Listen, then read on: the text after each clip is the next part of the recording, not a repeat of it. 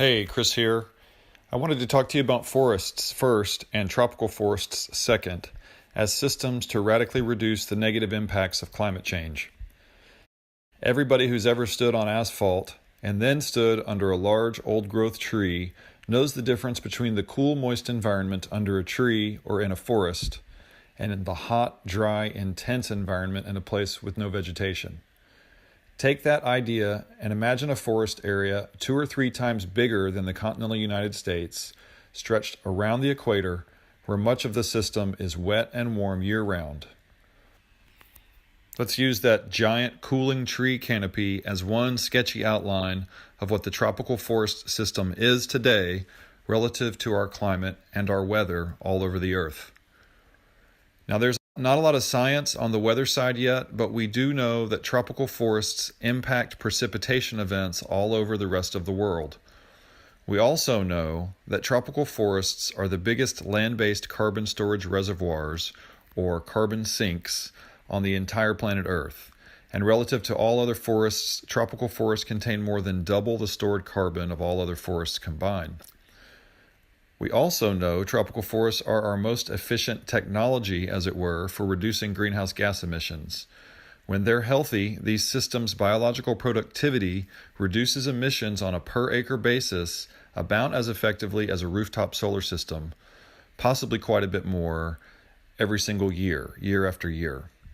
But today, I want to also quickly highlight the heat absorption and moisture circulation aspects of tropical forests, 2 additional and determining climate system elements. There's this incredible statistic that 95 to 99.5% of all the sunlight that ever hits a tropical forest canopy is absorbed into the canopy and never hits the forest floor.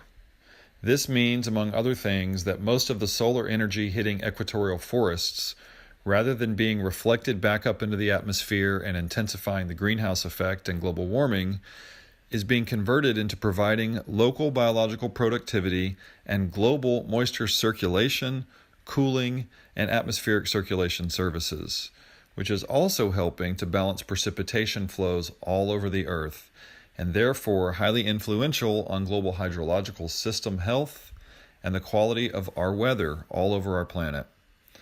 Which leads to yet another big point, what I call the tropical moisture conveyor belt. This is based off recognition of the Intertropical Convergence Zone, ITCZ, and how it functions.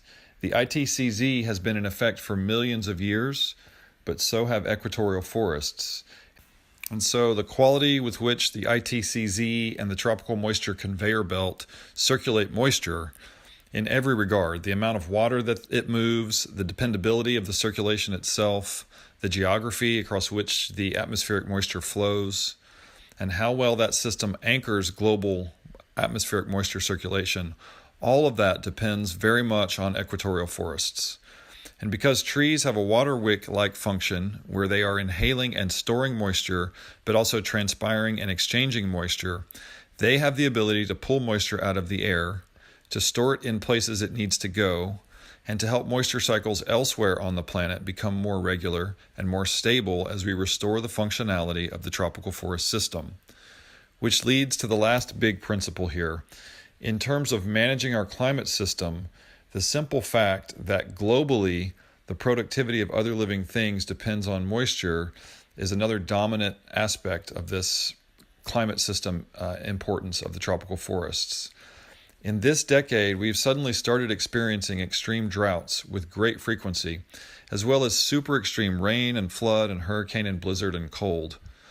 All of these things can be linked to the disintegration of atmospheric moisture cycles on Earth via the loss of tropical forests. When you take a step back and think logically about the fact that tropical forests today are at best 50% the size they were just 50 years ago, and that the tropical forest system had been standing for at least 10,000 years, and that this forest system is a core stabilizing element of moisture circulation, weather, and seasonal activity throughout all of those millennia, and then that all of a sudden in 50 years, more than half of that system is just not even there anymore. It's been erased by rapid deforestation. And that what stands today is heavily fragmented, heavily damaged, or regrowth forest, no longer the old growth systems that were so powerful before and so stable. So that shift, what we've done without knowing it through tropical deforestation, is radically destabilize Earth's moisture flow and heat absorption and carbon absorption abilities, particularly in the tropics, but also around the entire planet. And we're losing 80,000 acres a day of these systems still today through deforestation. It's a case of humanity not realizing that we're destroying our ecological security by destroying these systems. We need to stop and reverse what's happening.